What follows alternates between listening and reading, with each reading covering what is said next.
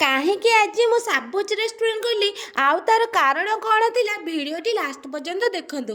ଆଜି ଦିଦି ସହ ମୋର ବହୁତ ଝଗଡ଼ା ଆଉ ଝଗଡ଼ାଟି କ'ଣ ପାଇଁ ହେଲା କହିଲେ ଆମେ ଦୁଇ ଜଣ ବରମୁଣ୍ଡାରେ ଅବସ୍ଥିତ ଗୁପ୍ତା ଡିଷ୍ଟ୍ରିବ୍ୟୁଟରକୁ ଯାଇଥିଲୁ। ଆଉ ଦିଦିର ନୂଆ ଫୋନ୍ଟେ କିଣା ହେଲା। ସେ ମୋତେ କହୁଛି ତୋ ଫୋନ୍ଠୁ ମୋ ଫୋନ୍ କ୍ୟାମେରା କ୍ୱାଲିଟି ବହୁତ ଭଲ।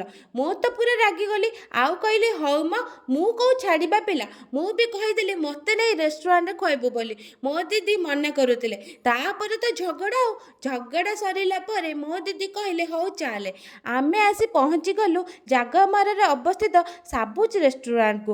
ଫାଷ୍ଟ ଆମେ ଓପେନ୍ ରେଷ୍ଟୁରାଣ୍ଟରେ ବସିଗଲୁ କିନ୍ତୁ ବହୁତ ଗରମ ଲାଗିବାରୁ ଆମେ ଏସି ରୁମ୍କୁ ପଳେଇ ଆସିଲୁ। ତାପରେ ତ ମୁଁ ଅର୍ଡ଼ର ଦେଇଥିଲି ସୁଇଟ୍ କର୍ଣ୍ଣ ସୁପ୍।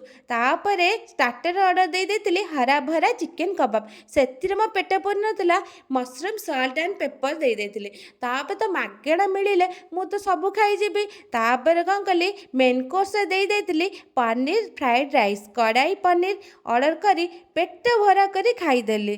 ଆଉ ମୁଁ ଠିକ୍ କଲି କି ନାହିଁ ମୋ ଭିଡ଼ିଓରେ କମେଣ୍ଟ ବକ୍ସରେ ଜଲ୍ଦି ଯାଇ କମେଣ୍ଟ କରନ୍ତୁ। ଆଉ ରାତି ବହୁତ ହେଲାଣି ସାଙ୍ଗମାନେ, ଏବେ ଘରକୁ ଯିବା ଟାଇମ୍ ହେଇଗଲାଣି। ଏବେ ରହୁଛି ସାଙ୍ଗମାନେ।